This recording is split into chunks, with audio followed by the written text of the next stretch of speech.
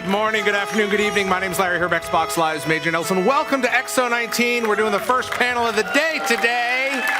And I am very excited. Joining me on the X019 stage is Robin Belin, legendary, award-winning Robin Belin. Now, Robin, thank you for joining us. No problem.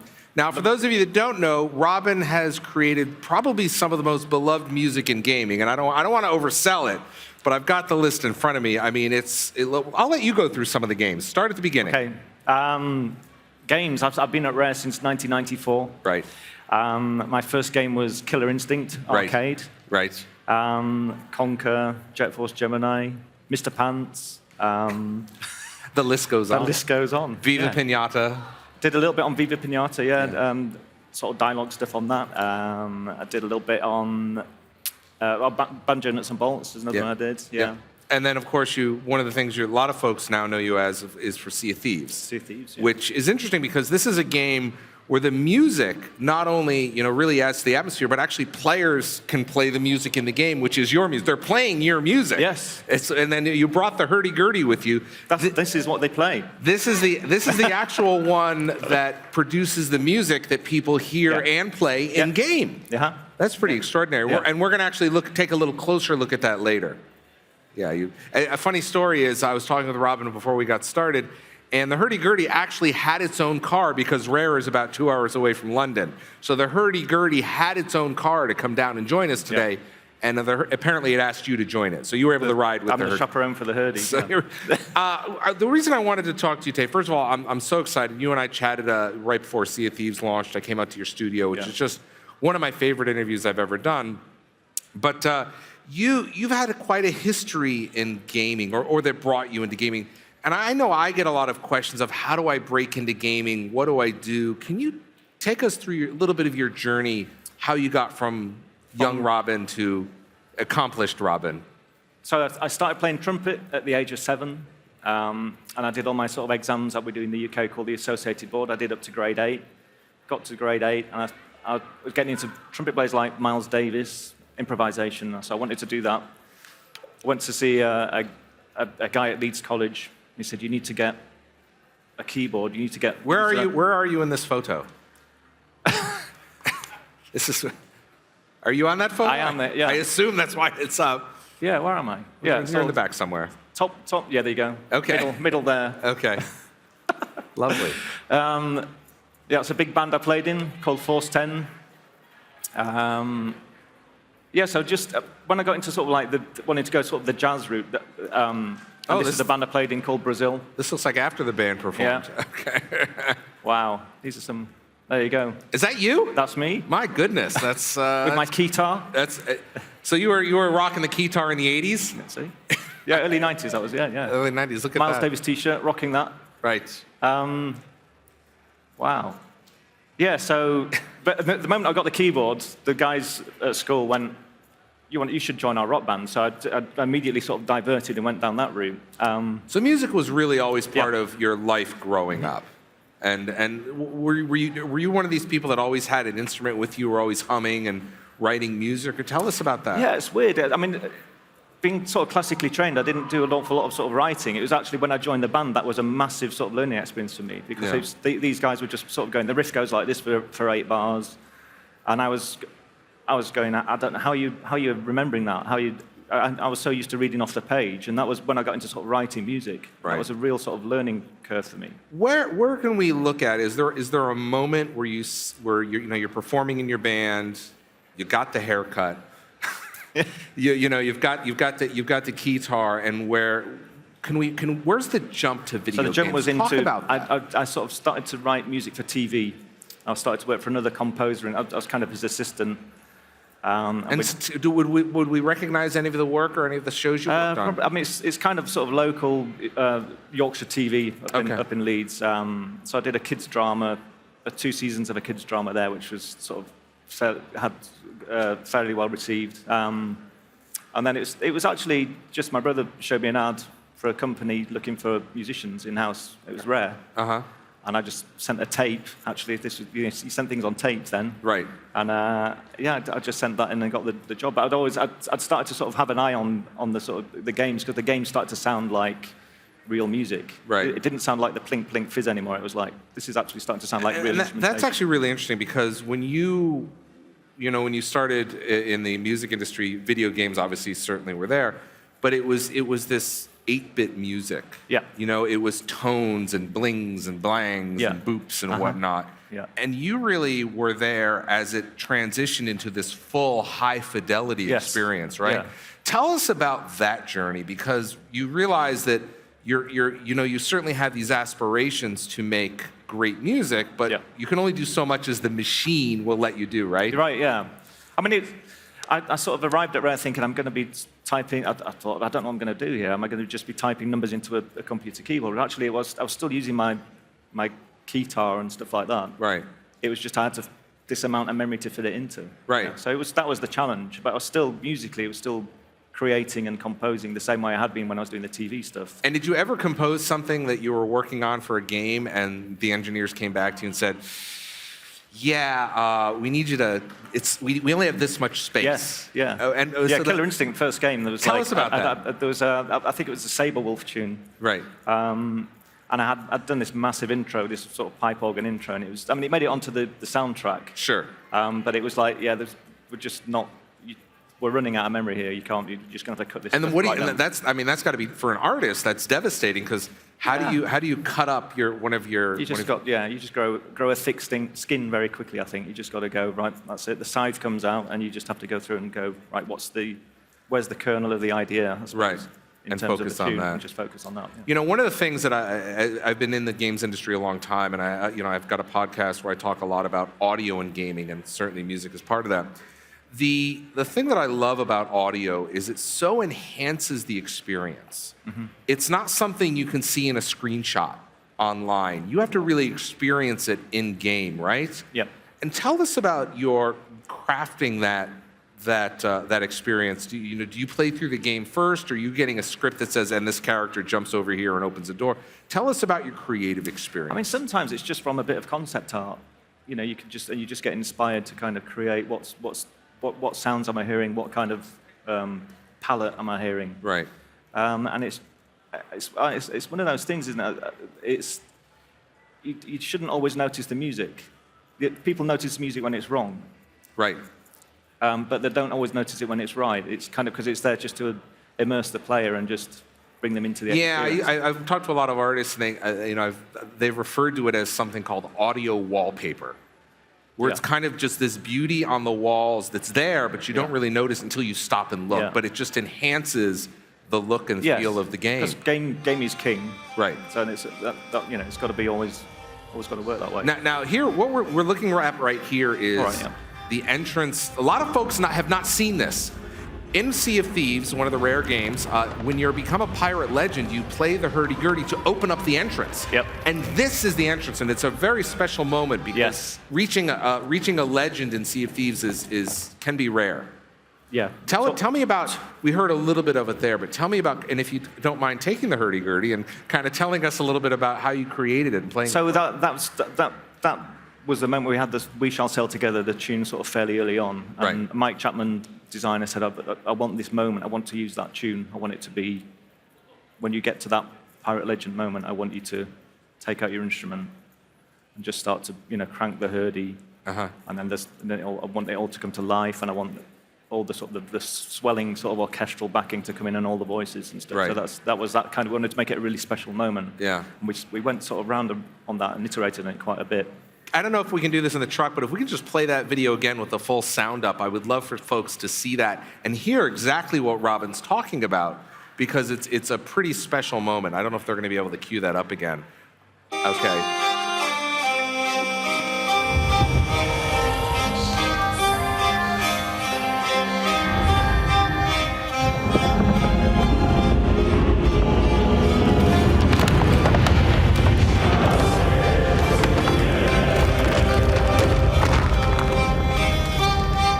I mean, how could you not get chills from that, right? Thank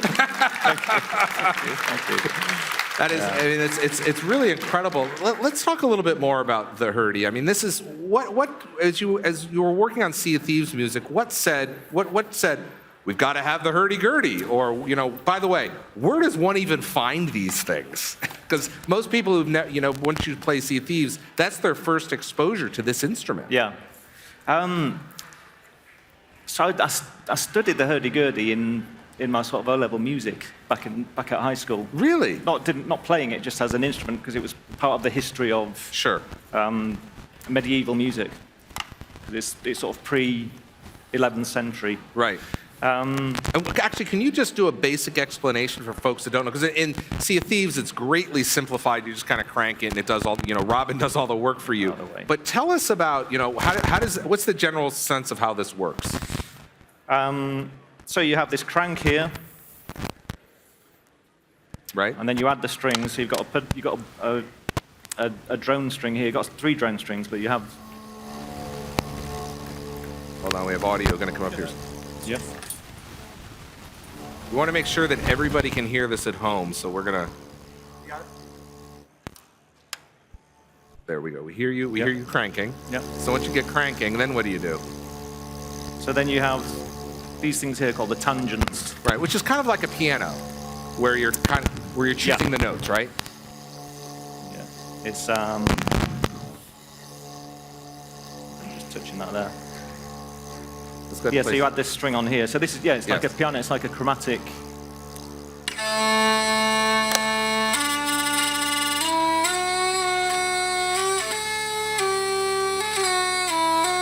There we go.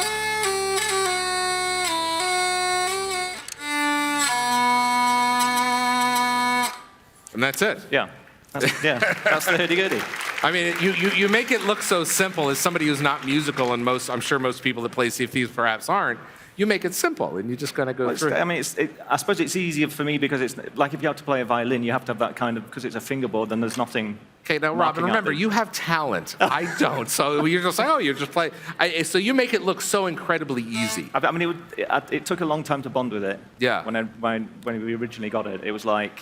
Did you buy this on eBay? I mean, or is there? There's a guy in Lancashire called Neil Brook who makes them. Right. And I rang him up and I had a chat to him about sort of the various models he's got. Right. He had, and I went for this one because it had the most amount of strings on it. So I thought, well, it's going to give me a lot of options. It's also got the electric jack in the back, so you can record it into the for the game, for instance. Yeah. Now, if you're just tuning in, we're talking with Robin Belin, award-winning Robin Belin for the. Who worked on music, who's worked at Rare since 1994, worked on audio for some of your favorite games, including Sea of Thieves. And I want to point out that we've got the Mixer chat open right now, so if you have any questions for Robin, feel free to drop them in the chat. If I can get to them, I absolutely will. Robin, what else can you tell us about composing for Sea of Thieves? I mean, some of the other instruments, for instance. So there's Concertina as well, which is I went for an English concertina because there's 2. There's an Anglo and an English. And an Anglo is you have a different on the buttons. You have a different note as you draw. Yeah. And I thought that's going to be way too confusing with me. So the English one is just the same note on each time. So that kind of works like notes on a stave. Right.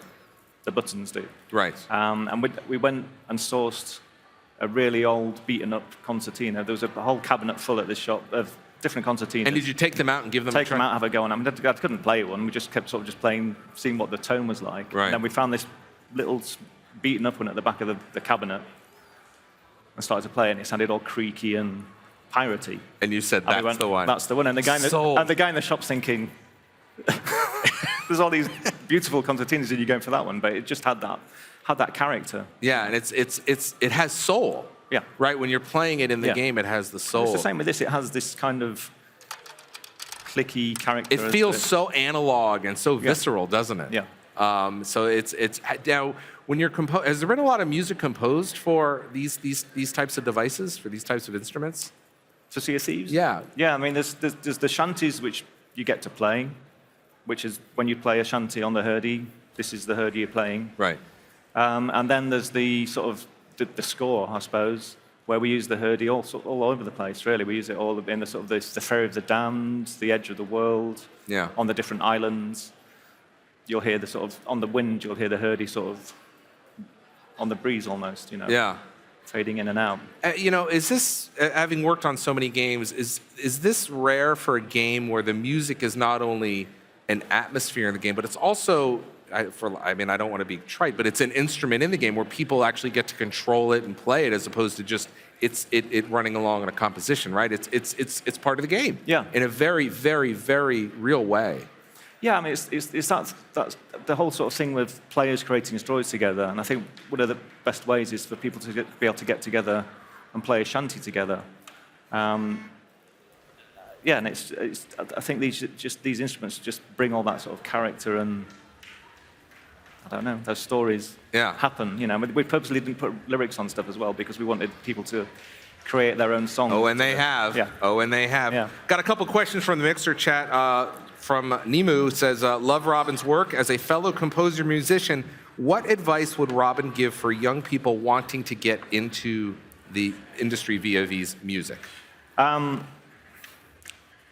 think this is what I always say. I think each time you pick up the instrument, each time you write, just try and make a better job of it each time, and just keep going at it. Just show up and just keep composing. Do you know what I mean? Just keep composing. I think, and there's so many great events now where you can go and meet other audio people. There's a load of Facebook groups like audio get-togethers. Right. You can find these. There's one happening at the end of this month in London. Right. They're all over the place, and I think if you just get in that sort of community and get your face about and get to know people, right, other developers who indies and things like that, just get to know and say, well, let me write some music for you and get. Got another question here about writing music and how. Let me see. Similar question, but how long did it take you to perfect and learn to play the hurdy-gurdy? I don't know if I've perfected it yet, but it took a while to sort of, because I did get it out of the box and had a crank on it. I just thought it scared the life out of me originally, but then we kind of just kept playing with it and writing, just trying to write sort of initially kind of write jaunty pirate shanties with it. That was sort of the first task. Right. But then there was a track called Becalmed in the game, which I played a little bit of there, which that was me trying to sort of find a way to make the instrument sound nice, make it pleasant to listen to, the hurdy-gurdy, because it's something like a violin. It's got a quite subtle sound to it, a lot of dynamics, where the hurdy is kind of, it's on or off. I want to talk a little bit about, when people boot up the game and they go into it, there's actually some, you've got the percussion sound. All right, yeah, the rhythm bones. And which you told a very interesting story to me when I was out in your office. Yeah. I'm sure you've probably all heard at the beginning where you kind of got this, and you're not sure what it is. Why don't you explain what that is? I don't know if we have a sound of that, but go ahead and explain it. Those are the rhythm bones, which are cow ribs, flat cow ribs. They're actual cow ribs. Yes, I went to my local butcher, and I said, have you got any cow ribs? And he said, what are you making, spare ribs? And I said, no, I'm not making... I'm making music. And I had my iPad with me. I just wanted to show him the wiki page of what they were. And he went, oh, you want the flat ribs? OK, come back on Friday. I'll have a bag of them for you. So I went back, got this massive bag of these long ribs, boiled them up in a pan, put a little bit of rum in there just for piratiness. I actually did. Why not? And then just filed them down, cut them to about sort of that length, and then just learned how to play them. So you kind of strap them all together and you're kind of wrapping them back and forth. You kind of have two, and it's kind of... He's here, right here, I believe. There you go. You can hear the knocking. Like clickety-clack, yeah. You can hear the rhythm bones. The clicking. So they took a long time to learn to play, actually, because there's a technique to you get like a triplet kind of a digga-da-da kind of sound with it. And you still have them in the office, of course. Yes, yeah. I've actually bought some online since, but I still prefer the ones I made myself. I didn't even realize there was a market for these things. Yeah. We've also talked about the community getting involved with the music. Let's talk about that. Yeah, so Becalmed, that track I wrote to just to see if I could make this thing sound nice and a pleasant, sweet thing to listen to. And when I wrote that track, I wasn't sure how the team would take it. I thought they may just go, it's a little bit kind of sentimental maybe, or a bit sweet, but they loved it. Yeah. And then you release the game, and it's just become like this fan favorite. And there's been loads and loads of cover versions sent to me of people doing their versions of Becalmed, and it's it's incredibly humbling Yeah. when they do that. There's a guy called Daniel Greenhall. I hope I'm pronouncing your surname right, Daniel. Did a wonderful piano version of Becalmed, his arrangement of it. I think we've got it. I think we've got it queued All up. right, okay. If we can roll that, you'll see this is a piano version of one of your compositions that we hear in Sea of Thieves. Yeah. Let's go ahead. Let's go ahead and take a look at that. But he gave me the sheet music for it as well. He came to one of the panels and presented me with the sheet music of his arrangement. Oh, really? Amazing, really. And there's a vocal group called Darling Harbour who did a fantastic sort of close harmony version of it, made their own lyrics up, which is what we wanted people to do. Right. And yeah, just incredible when people do that. Yeah, you take the time to do it. Yeah, you kind of just really just lit the fuse and away it went. Yeah. Right, it just kind of went off. Yeah. All right, let's go ahead. We've got it ready now. Let's go ahead and take a look and a listen.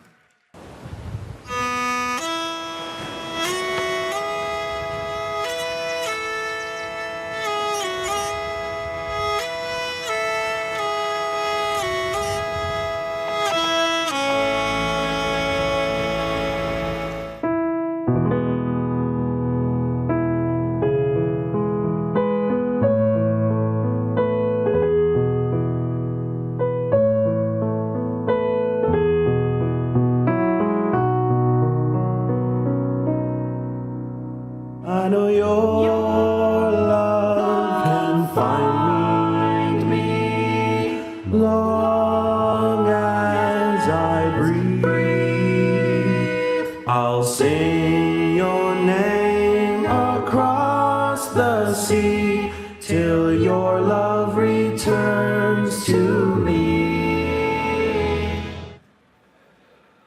They turned it into a love song. That's beautiful. Yeah, amazing. It's amazing.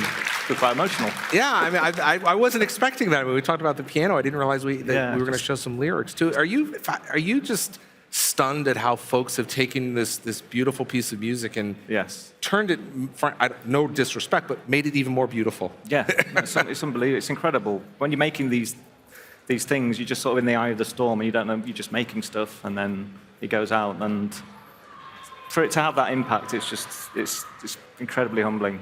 Now, there's a question in the chat. People want the full soundtrack of the game released. I'm working on it. Are you? Yeah, I mean, I'm working on it.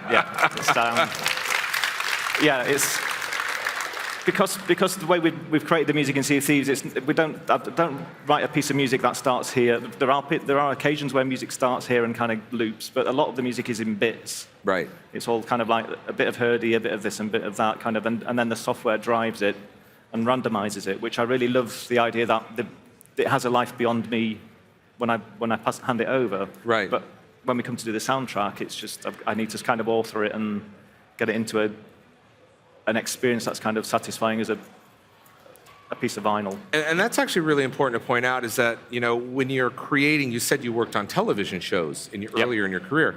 And that is that's what we call a linear experience, which is you start it and it goes for 15, 20, 40 minutes, an hour, what have you. Mm-hmm. So you're able to write exactly what the viewer is going to see at a specific time. Yeah. In a video game, for many of the composers and audio engineers, it's much more of a challenge because a player can go through an area in 5 minutes or spend 50 minutes exploring. Yes. And you don't. So how do you deal with the repetition and make sure that it's the right thing? Well, that's the thing. It's you really try to avoid the repetition. So where we break music out into its own sort of individual stems, it allows us to sort of. It doesn't always, when you land on that particular area in a game, it doesn't always start in the same point, and you don't get that kind of.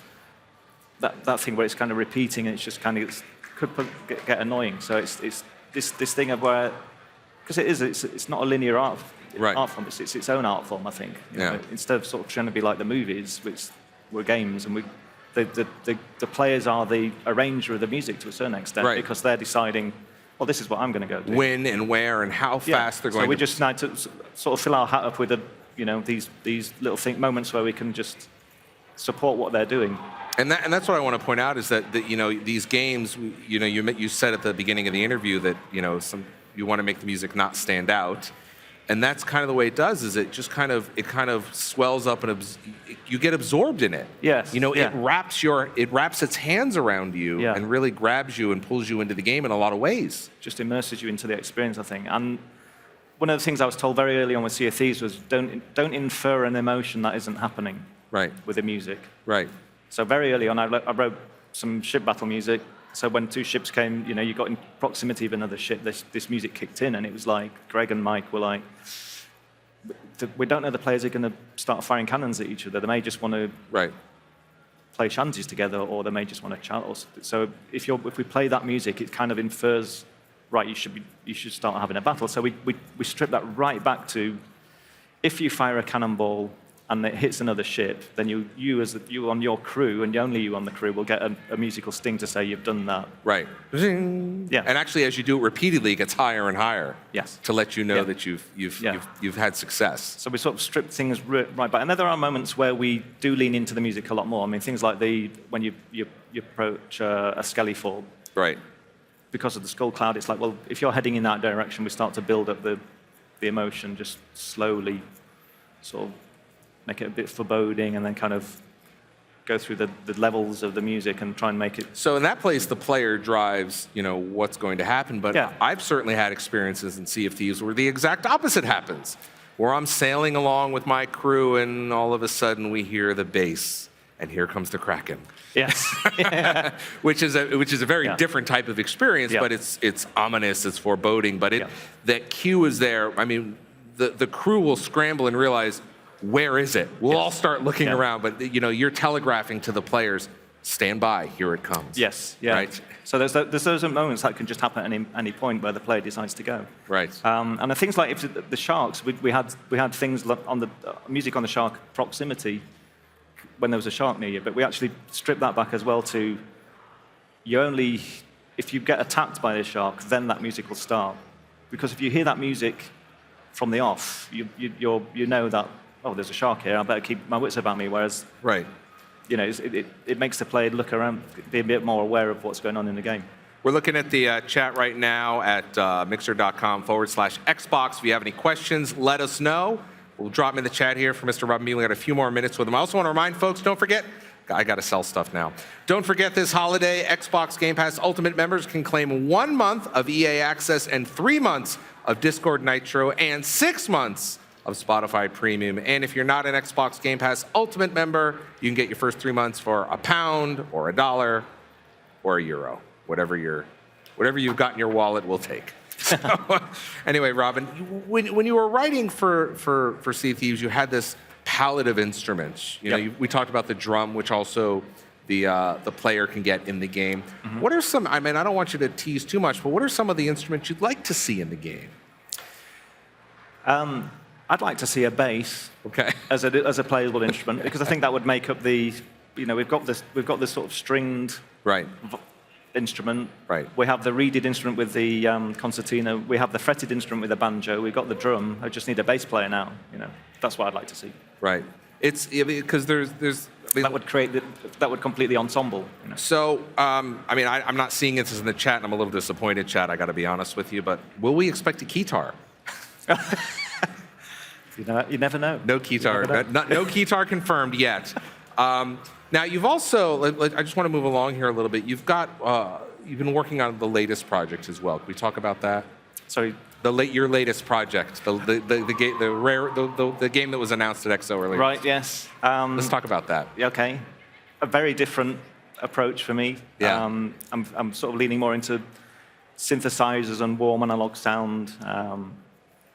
I can't say an awful lot about it. Right. But it's different.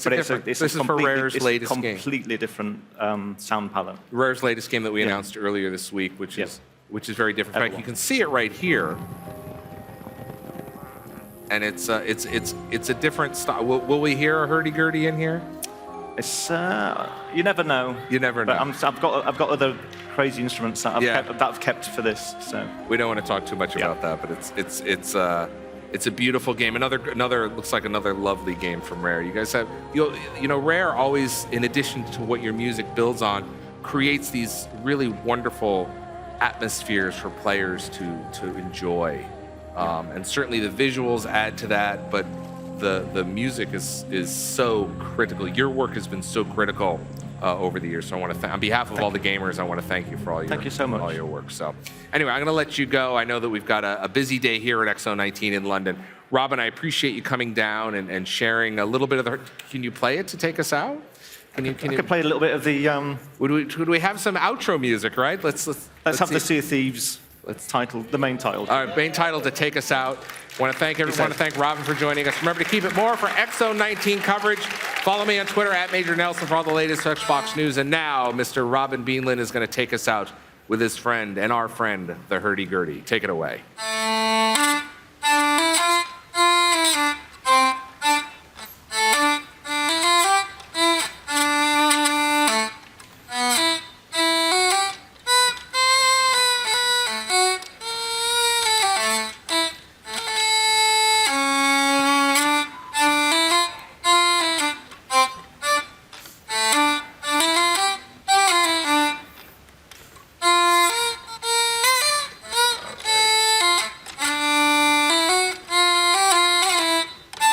Thank you very much, Robin. Robin Belin, ladies and gentlemen. Thank you very much. Have a great X019. Bye-bye, everybody.